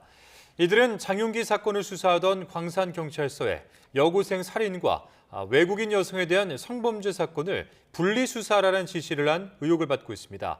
이에 대해서 박성주 전 국수본부장은 송치 기한이 임박한 장윤기의 살인 사건을 우선 검찰에 넘기라는 취지였고 다른 의도는 없었다고 주장했습니다. 충남 천안에 있는 교회에서 11살 손자를 숨지게 한 혐의 등을 받는 외할머니가 구속됐습니다. 대전지방법원 천안지원은 아동학대 치사 등 혐의를 받는 50대 A씨에 대해 구속 전 피의자 신문을 진행한 뒤 도주 우려 등이 있다며 구속영장을 발부했습니다. 마스크로 얼굴을 가리고 법정에 출석한 A씨는 혐의를 인정하는지 등을 묻는 취재진의 질문에 아무런 답을 하지 않았습니다. 39도가 넘는 고열로 의식을 잃은 14개월 영아가 이 경찰의 신속한 응급 조치로 무사히 치료를 받고 건강을 회복한 사연이 뒤늦게 알려졌습니다. 지난 6월 21일 오후 4시 6분쯤 춘천경찰서 서부지구대에 14개월 여아의 보호자가 다급히 도움을 요청했습니다. 임동현 경위는 김영국 경장은 119 구급차를 기다릴 여유가 없다고 판단해서 골든타임을 확보하기 위해 순찰차로 아이를 병원 응급실까지 6분 만에 이송했습니다. 이 과정에서 심폐소생술을 실시했고 아이는 순찰차 안에서 호흡을 되찾은 뒤 응급실 의료진에게 무사히 인계됐습니다. 뉴욕 증시 3대 지수가 일제히 하락했지만 우리 증시는 선전했습니다. 코스피는 연이틀 상승해 6,200선 박스권을 뚫고 6,300선을 탈환했고 코스닥도 이틀 연속 800선을 지켰습니다. 보도에 류한홍 기자입니다. 코스피가 0.7% 오른 6,346으로 마감해 6,200선 박스권을 벗어났습니다. 삼성전자와 SK하이닉스가 모처럼 반등하면서 지수 상승을 이끌었습니다. 삼성전자는 4.4% 급등했고 SK하이닉스도 0.4% 상승 마감했습니다. 3거래일 연속 순매도하던 외국인이 기관과 함께 순매수를 하면서 지수가 이틀 연속 상승했습니다. 시가총액 상위 종목 중에선 셀트리온과 삼성 SDS가 급등했습니다. 코스닥은 0.4% 내린 858로 마감해 이틀 연속 800선을 지켰습니다. 외국인과 기관은 동반 순매도를 했지만 개인이 홀로 순매수로 지수를 끌어올렸습니다. 뉴욕 증시에서 3대 지수가 모두 하락했지만 이에 아랑곳 없이 코스피와 코스닥은 상승했습니다. 외국인 순매수가 우리나라 시장에서 들어오면서 특히 삼성전자를 중심으로 반도체 쪽에 대한 수급이 호전된 점이 삼성전자 중심의 주가 강세의 원인이 됐다라고 볼 수 있을 것 같습니다. 시장에선 12일 발표될 미국 소비자 물가 지수를 주목하며 인플레이션 상승 우려가 완화되길 기대하고 있습니다. 원달러 환율은 1,410원대에서 횡보하다 1,416원으로 주간 거래를 마쳤습니다. 최근 원달러 환율은 하락세인데 시장은 조만간 지난해 10월 이후 처음 1,300원대에 진입할 수 있을 것으로 관측하고 있습니다. YTN 유환홍입니다. 오는 19일부터 단일 종목 레버리지 상품 등에 처음으로 투자하는 투자자들은 모의 거래를 의무적으로 이수해야 합니다. 금융투자업계 등은 오는 19일부터 단일 종목 레버리지와 인버스 ETF와 ETN을 처음 거래하는 일반 개인 투자자는 모의 거래 이수가 의무화된다고 설명했습니다. 신규 투자자는 한국거래소 모의 거래 홈페이지에서 5거래일 이상 모의 거래를 해야 하고 매 거래일에는 최소 1시간씩 이수해야 실제 상품을 거래할 수 있습니다. 주식시장 변동성 확대와 세제 개편안 등 정책 불확실성 영향으로 이번 달 전국 아파트 입주 전망지수가 소폭 하락했습니다.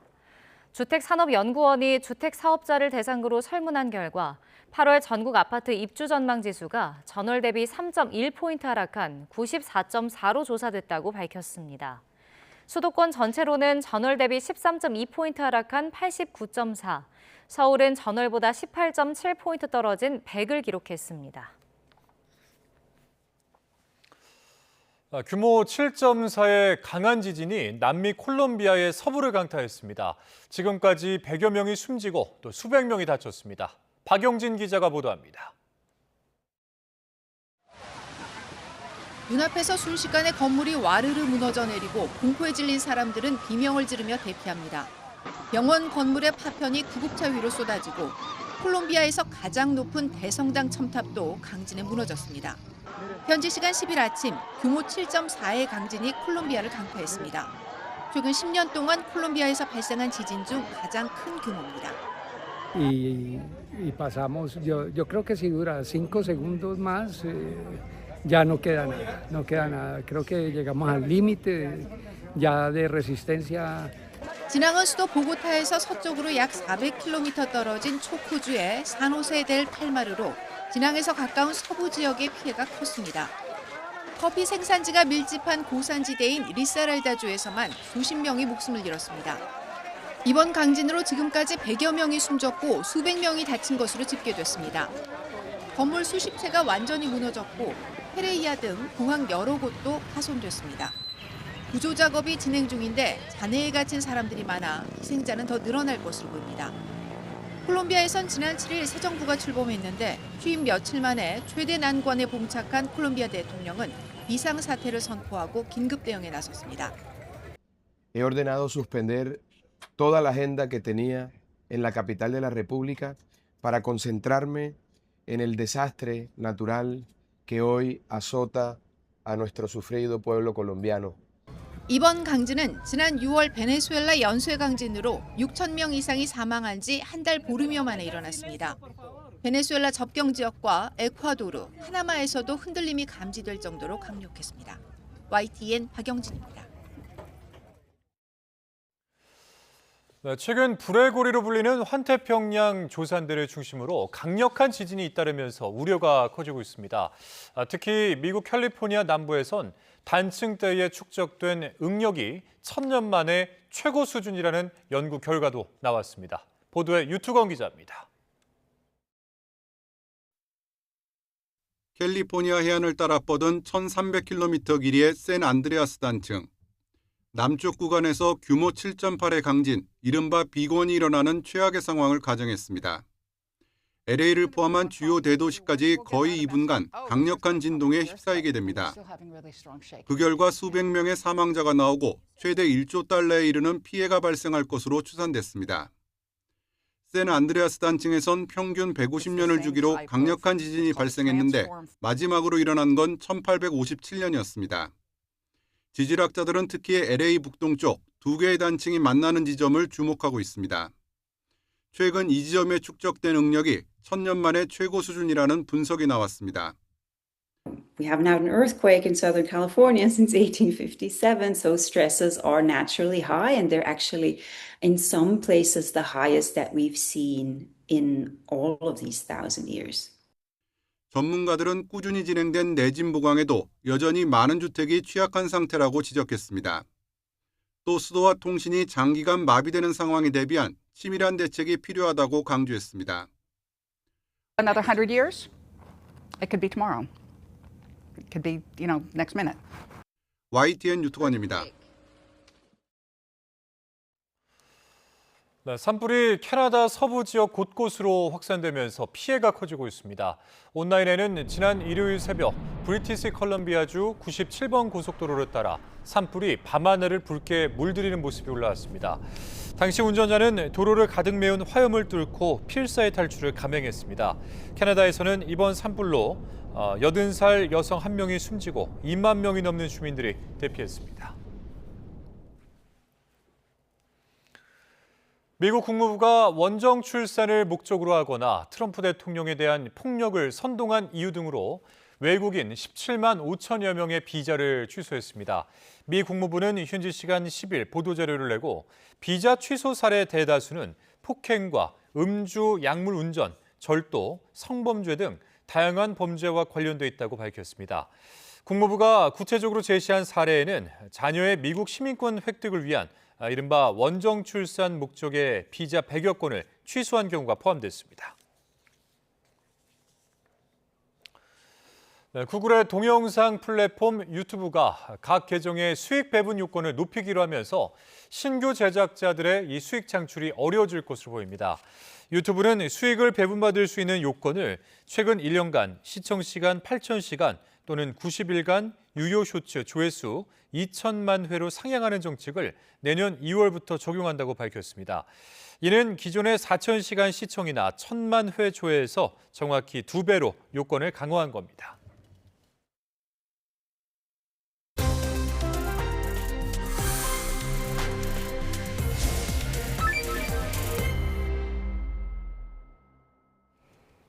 넷플릭스 중증 외상센터로 얼굴을 알린 배우 하영 씨가 4대째 의사 집안 가족사를 공개했다가 증조부 친일 의혹에 휩싸였습니다. 관련 내용 김헌식 대중문화평론가와 함께 살펴보도록 하겠습니다. 안녕하십니까? 네, 안녕하세요. 네, 먼저 배우 하영 씨가 이제 스스로 의사 집안 가족사를 이제 공개하면서 논란이 시작됐는데요. 관련 언급 영상부터 먼저 보시겠습니다. 아버지랑 할아버지랑 그 증조 할아버지부터 진짜? 의사를 하셨다고 들었어, 나는. 내가 듣기로는 양의학으로 한양에 이제 개업을 아마 처음 하신 진짜? 의사라고.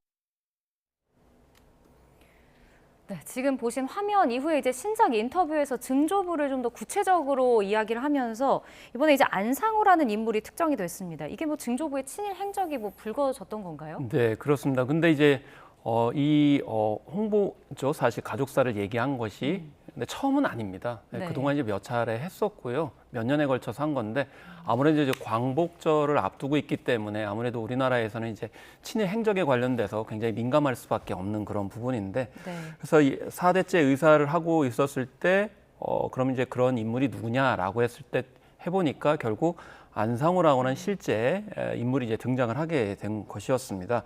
그래서 일본에서 서양의학을 공부를 하고 이제 우리나라에 와서 서양시 병원을 이제 처음으로 운영한 것으로 이렇게 알려졌고요.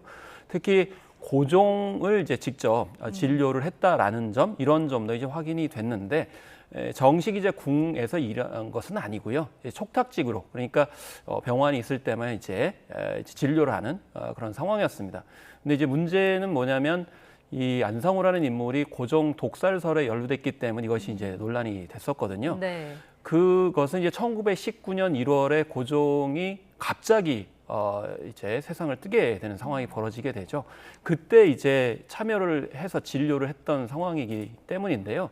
근데 왜 이런 설이 이제 불거졌느냐라고 하면 이 1918년에 이 조선총독부 기관지에서 인터뷰를 하게 됩니다. 그 네. 인터뷰 내용이 뭐였냐면 나는 일선 동체 가정이다. 그러니까 일본과 조선 하나다라는 걸 융화하기 위해서 조선 통일부가 이 통치 정책을 했었지 않습니까?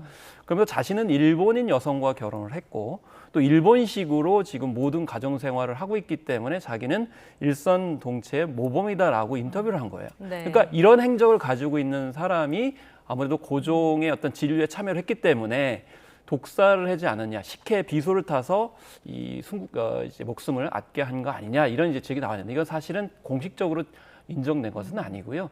사실 이제 그때 같은 경우는 일본 같은 경우에는 왕세자를 일본 공주와 결혼시켜가지고 모범적인 사례를 만들려고 이제 하는 상황이었기 때문에 독살설은 이제 공식적으로는 인정이 되고 있지 않은 그런 부분이 있다고 볼 수 있겠습니다. 예. 근데 배우 이하영 씨의 소속사 측에서는 처음에는 이 친인 논란에 대해서 사실무근이다, 이렇게 밝혔었는데 뭐 어떤 이런 내용들이 좀 밝혀지자 좀 난처한 모습이 아닐 수 없을 것 같은데 성급한 대처가 좀 논란을 키웠다, 이렇게 볼 수 있겠죠. 일단 이제 인정한 부분은 제기됐던 사항 중에 대정 친목회라고 하는 그런 단체에 안상우라는 인물이 소속돼 있었다라는 지적이 나왔기 때문입니다. 네. 그 부분을 확인해 보니까 결국 이 1916년 대정 친목회 평의원, 그러니까 21명 중에 이 한 명으로 이렇게 활동을 했다는 것이 공식 확인이 된 겁니다. 그런데 이 대정 친목회는 어떤 조직이냐면 이제 경성의 경제인, 관료, 그리고 언론인, 교육자, 의료인으로 구성된 단체이고요. 어떤 단체냐라는 것을 공식적으로 조선총독부 경무국이 1927년에 밝혀놓은 내용이 있습니다.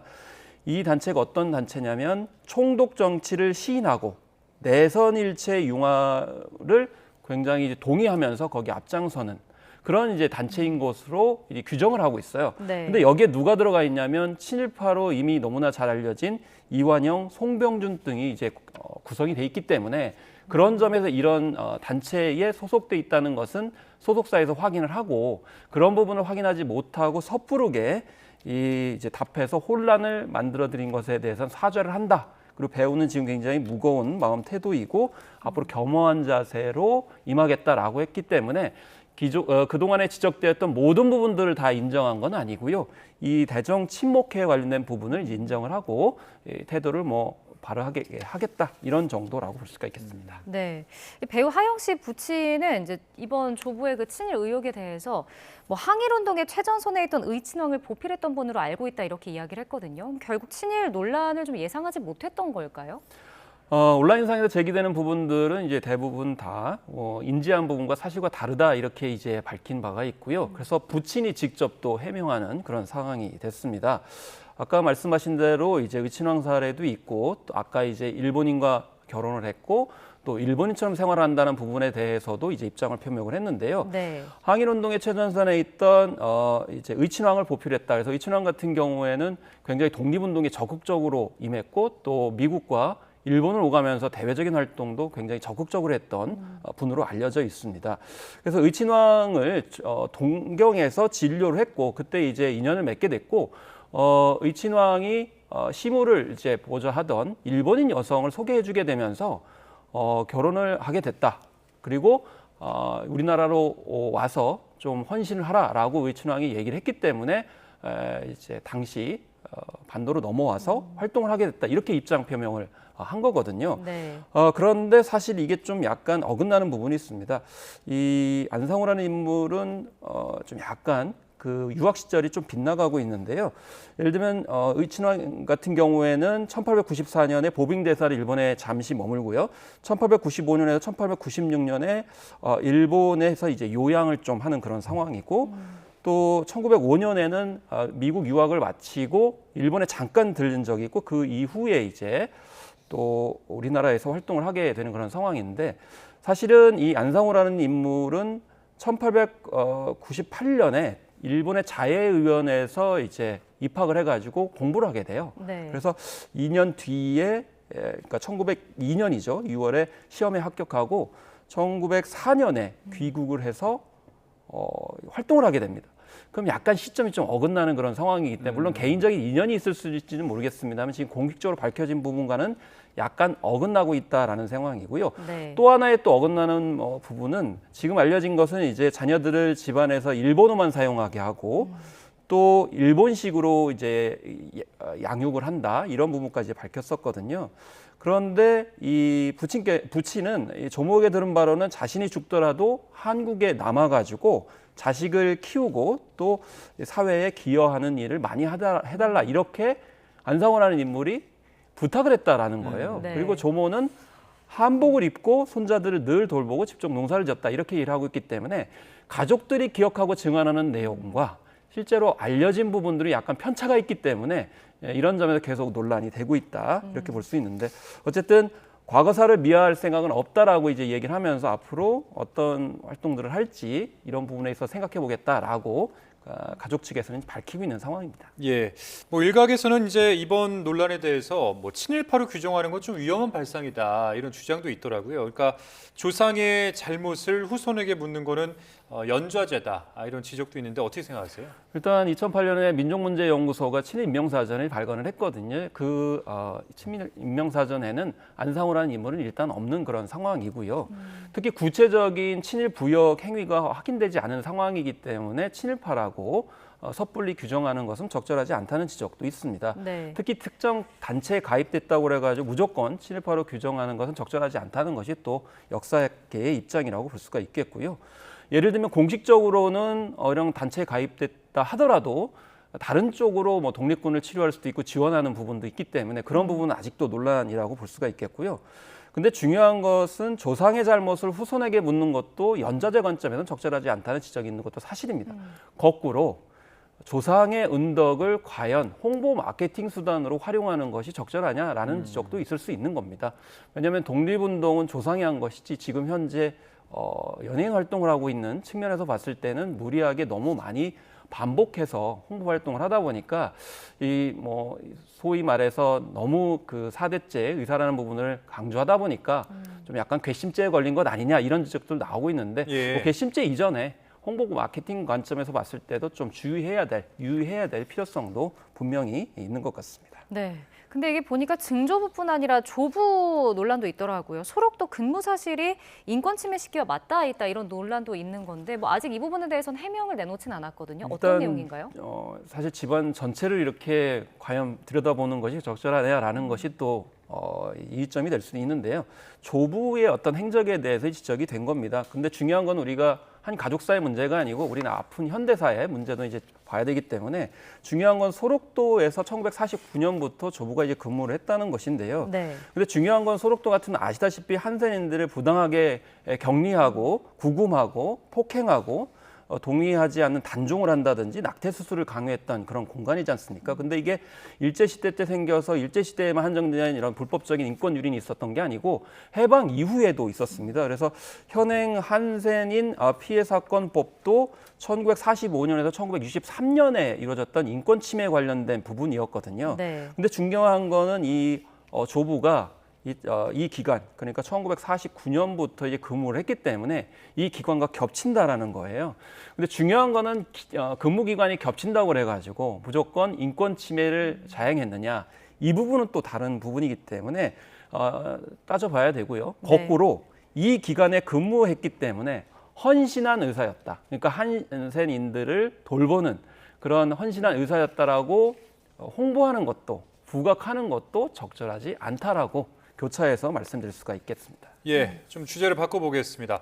이 배우 황정민 씨와 관련된 이 사생활 의혹 논란, 또 이 문제도 파문이 한때 일었었는데, 일단은 지난해 8월에 황정민 씨가 A 씨에 대해서 스토킹 처벌법 위반 혐의로 고소한 건이었는데, 이 내용을 좀 한번 정리를 해주실 수 있을까요? 네, 그렇습니다. 그래서 중요한 거는 서로의 입장이 좀 많이 다르다라는 것이죠. 그래서 피해자를 입장에서는 본인이 일방적으로 접근해가지고 뭐 교제 사실을 교제를 요구한다든지 아니면 관계를 지속한 것이 아니고 황정민 씨가 또 나름대로 어떤 그런 태도를 보였다라는 거죠. 그래서 1년간 77차례의 통화 중에 황정민 씨가 62차례의 통화를 했다. 그렇기 때문에 사적 교류를 이제 했다라는 주장을 하고 있는 것이고요.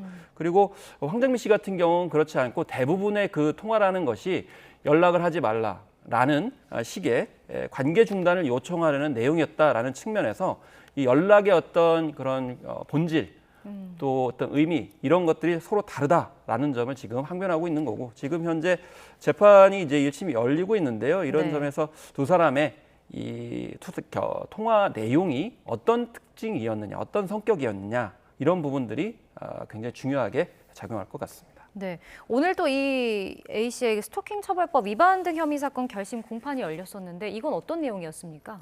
네, 그래서 중요한 거는 이 검찰이 A 씨에게 벌금 1,000만 원을 선고해달라고 재판부에 요구를 했었거든요. 근데 사실 스토킹 혐의 등으로 기소된 A 씨에 대해서 그전에는 법원에서 약식으로 300만 원 정도를 이렇게 벌금으로 명령을 내렸었는데 여기에 대해서 피해자가 불복을 했습니다. 이건 부당하다라고 해서 약식 재판이 아니고 정식 재판을 이제 청구를 해서 이번에 열리게 된 것이고 결국 검찰은 더 중한 1,000만 원 정도의 벌금을 구형한 그런 상황이 되겠습니다. 예. 자, 뭐 마지막으로 잠깐 이제 좀 짚어볼 또 다른 문제가 그 김수현 씨에 대한 명예훼손 혐의로 된 유튜버 이제 송치가 됐다는 이제 그런 문제인데, 자, 이 이슈도 한번 정리를 한번 해주실 수 있을까요? 네, 그래서 이 서초경찰서가 이 정보통신망 등에 관련된 위반으로 이제 송치를 한 것인데요. 중요한 거는 권 씨가 허위 내용일 가능성이 굉장히 높음에도 불구하고 김수현 씨를 비방할 목적으로 방송을 했다라고 판단을 한 것입니다. 그래서 김수현 씨 관련 자료를 유족으로부터 전달받았지만 구체적인 사실관계를 확인하지 않은 채 이 사실인 것처럼 이렇게 방송을 했기 때문에 그 근거로 송치를 했다 이렇게 볼 수가 있겠습니다. 네. 근데 이제 권 씨 같은 경우는 이게 뭐 김수현 씨 사례를 특정해서 언급한 게 아니고 뭐 그냥 그루밍에 대해서 설명한 거다 이렇게 입장을 밝히고 있더라고요. 어떻게 보세요? 사실 권 씨 같은 경우는 그동안 그 연예인 인권에 관련돼서 좀 보호 조치가 필요하다라는 측면에서 여러 차례 이제 활동도 했고 방송도 했던 그런 상황입니다. 그렇기 때문에 이 권 씨 같은 경우에는 김세론 씨 쪽이 피해자라고 가정을 한 겁니다. 네. 그러니까 그래서 김세론 씨를 보호하겠다라는 어떤 의욕이 굉장히 넘쳤던 거고, 그렇지만 김수현 씨도 연예인이거든요. 그러니까 연예인의 인권 보호 조치가 필요하다는 문제의식은 일정 정도는 우리가 견지해야 되겠지만 양쪽이 모두 다 또 여러 가지 상황으로 봤을 때 피해자일 수 있는 거거든요. 그렇기 때문에 종합적인 사실관계를 파악을 하고 접근했어야 되는데 그렇지 못했기 때문인데요. 사실 그 당시에는 너무 정보가 제한됐기 때문에 어떤 정보가 정확한 것인지 알 수 없는 그런 상황이었어요. 그렇기 때문에 너무 폭로전이 이제 굉장히 가중되는 그런 상황 속에서의 그 보도는 좀 신중해야 될 필요성이 있다라는 그런 교훈을 또 남기는 거라고 저는 생각합니다. 알겠습니다. 오늘 말씀 여기까지 듣겠습니다. 지금까지 김원식 대중문화평론가와 함께했습니다. 고맙습니다. 고맙습니다. 감사합니다.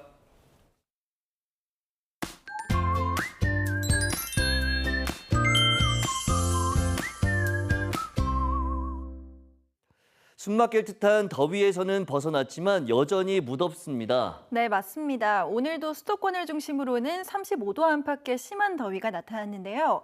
내일은 더위의 기세가 더 약해집니다. 네, 우선 오늘 밤사이에도 밤더위가 주춤하겠고 내일 낮에는 서울 기온이 32도, 대구 31도로 내륙에서는 예년 이맘때 수준을 보이겠습니다. 다만 예년 기온 자체가 높은 만큼 계속해서 건강관리에 신경 써주시기 바랍니다.